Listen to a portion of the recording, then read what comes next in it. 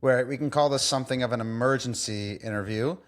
Joining me today is Alon Tirer of Growing as Winners, the first repeat guest interview here.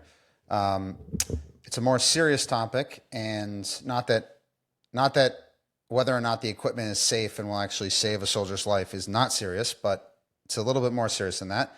And I'm not into trigger warnings at all, but we are going to discuss self harm and suicide on this podcast in this discussion, just to give an advance notice. So, Alon, with the news that came out today, it says the IDF published on Thursday 891 soldiers have died during the war during the years 2023, 2024, including a jump in suicides to 38 during that period. What is your take on the current mental health situation of IDF soldiers and reservists?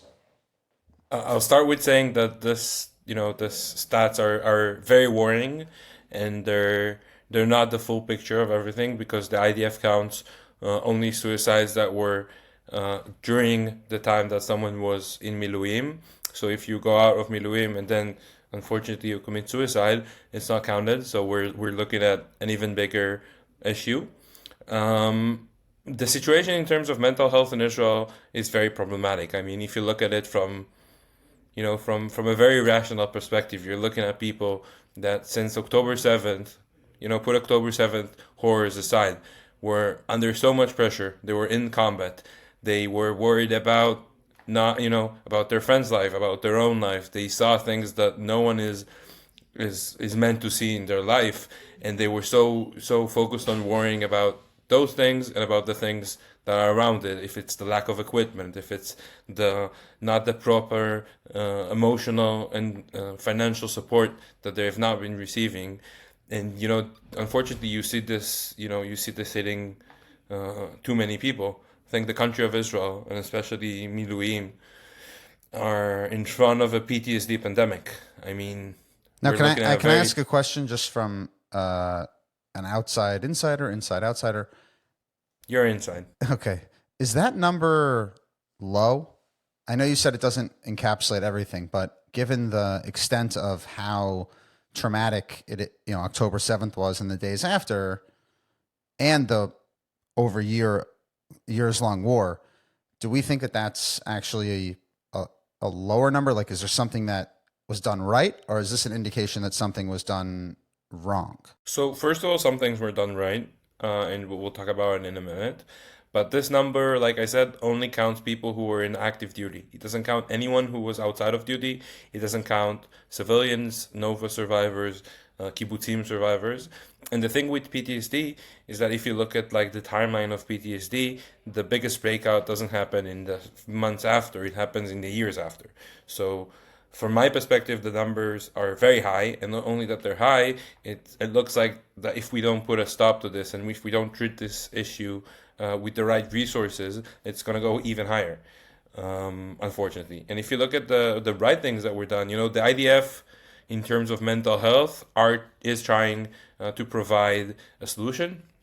But they take people when they go out of the war zone, they give them like a 2 day some sort of a treatment. They get some help with psychologists, but you're looking at a long-term support that is very needed, long-term at home with the families. It's not something that is only done by the IDF. And what would you say are the resources that are the groups and organizations that are coming together to confront this problem actively that you've seen with your work as Growing as Winners? So, I mean, there are amazing non-for-profits who are doing amazing work. But even I look at it at our perspective, we have a PTSD rehabilitation center that offers from psychological care to physical workouts and from job placements. And really, we try to build, a center that covers everything that they need in order to go back into, normal life. And there are a lot of people doing the same stuff. But this issue needs to be addressed on a government level. Just like the equipment issue had to be, and unfortunately wasn't addressed on a government level. People can buy all the equipment in the world, but you're still not going to gather enough resources to buy the equipment for the whole IDF. And that's something you see in terms of mental health programs as well. At the end of the day, this is a national crisis. I mean, we are at the point that Israel is starting to suffer from a national PTSD crisis, and we really need to see the government, we need to see everyone in this country focusing on solving this and providing with the right resources, the right tools, and not expect the civilians, the civilians of Israel to create the solutions, because the problem is too big. And what are the action steps that people are looking to see from the government? What would actually enable, what do you think is the best chance for this number to not, God forbid, grow exponentially? First of all, I think the country needs to understand and the government needs to understand. And this is regarding everything that is related to people who serve in the IDF, and especially with mental health support. Supporting IDF soldiers is our first priority as a country, especially mental health rehabilitation. And what we need to see is we need to see the country really stepping in and looking at it as the first priority. If it's financing more treatments, I don't know if you know, but if you're a combat soldier, you go out of war and you receive a 1,500 shekels voucher for mental health. It covers about 2.5 to 3 sessions. We're trying to push legislation that will increase the amount, but you need to see this happening in all fields. I mean, they need to get the proper mental health treatment. They need to get support for their families. I mean, So going back wait, you're from telling me that if you're in combat and let's give real examples. So if someone is in Gaza and his brother in arms is, God forbid, killed next to him, he witnesses it, he tries to save his life, he fails, and then continues fighting for several more months, he would only be entitled to a voucher that would get him 2 to 3 sessions of yeah. therapy right now? Yes. The only way, once he goes out of the war zone, he'll receive like 2 days of treatment with his platoon. And after he goes back home, he'll receive this voucher, which is a one-time use. I mean, if you go for another round, you don't get another voucher. It's a one-time yearly use. And the only point where you get more support and more care is if you actually go through the process of being recognized as a PTSD patient. You get a disability percentage, and you really, you get to the point where you need the support for a lifetime. But what Israel doesn't do, and I think unfortunately Israel doesn't do it in all fields, is instead of waiting for the fire to happen and then trying to put it down, and for me, when someone is already recognized as a person who suffers from PTSD, the fire has already happened. The country doesn't, take those people and give them the proper treatment in order for them not to suffer from PTSD. That's the issue. So I know organizations like Belev Echad and Brothers in Arms, not Brothers in Arms, excuse me, Brothers for Life, not Brothers for Arms, Brothers for Life are doing what they can to create environment for reservists and people that are out of the war. There's also amazing programs like Thank Israeli Soldiers that are trying to partner and bring PTSD treatments to soldiers. What other organizations are out there that are working actively that you've seen? So I mean, yeah, we're doing amazing work. Brothers in Arms, Brothers for Life are doing amazing work. Belev Echad, and there are a few more non-for-profits who are doing amazing work. But then again, like we've learned from the equipment issue, when you have a problem that affects every reservant in the country, you cannot solve it via private NGOs. At the end of the day, you have over 250,000 reservants that have served during this war. So even if if we treat in our NGO, we treat 1,000 people, and they treat another 2,000 people, and they treat another 3,000 people, it's unfortunately it's not enough. Right. It feels like a drop in the bucket. And the other thing, which I'm going to add from my perspective, is that a lot of the families and people around don't necessarily know how to deal with it themselves. So it becomes a bigger issue, and then it seeps into marriages and into ability to function in the workplace, because it's one thing just to be able to get up and get out of bed in the morning. And it's another thing to actually be able to interact with your wife and interact with your parents and interact with your in-laws. And that's why I said it's not only personal psychology therapy. It should be, it should cover all subjects, because some people, yes, they need the personal help, but some people need to go to therapy with their kids. Some people need to go to therapy with their wives. I mean, at the end of the day, this issue affects people on different scales and in different places.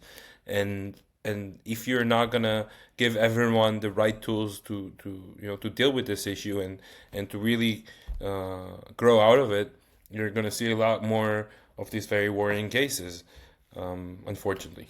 And for any soldiers that are watching this, please feel free to reach out to me or Alon or any of the organizations that are set up to try to help, because there's nothing more important than the mental health of the heroes that have given so much for the country and for the Jewish people. In conclusion, We're here for you.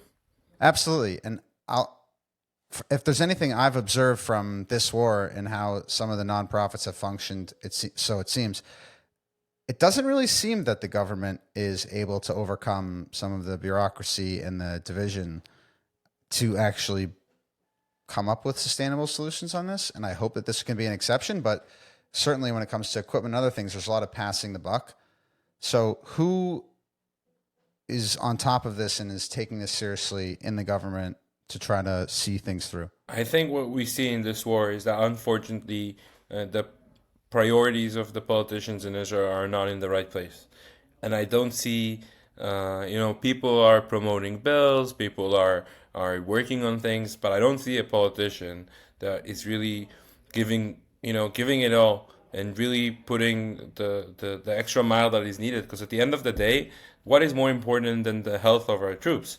I mean, you see people that are trying to break the government because of issues that are not related to troops. And if I look at it from my perspective, what is more important than this? I would want to see politicians threatening to break the government if our troops don't get the proper care. I mean, that's what's important, not the political deals that are going on in Israel. That's our I mean, these people have stopped their lives for over a year and a half, or almost a year and a half, sorry, in order to protect us all. And there are people who are sitting at the Knesset who don't understand that their sole purpose should be serving those people to start with. Any other subject could be dealt with That's after their it's job finished. by definition. So, And unfortunately, Israeli politics, instead of solving issues, their job is to get reelected. Alon, let's touch base on this in the next couple of weeks and see what else has come up after this report. I've certainly been bombarded with this from all sides on WhatsApp and Instagram, and people are talking about it. It seems that it really made an issue. And I hope that this can be a catalyst for further change and further awareness about mental health, and people can contribute to organizations that are helping actively with solutions now. We're not interested in building buildings. This is not a building campaign. This is pitch a tent on Dizengoff and provide mental health solutions and be there for the soldiers, for their families now. I don't want to see a building go up with a huge plaque in 2 years. I want to see agree. mental health solutions now. We need to be there for them because they are here for us. That's all. Absolutely. Alon, talk to you soon. Thank you for having me.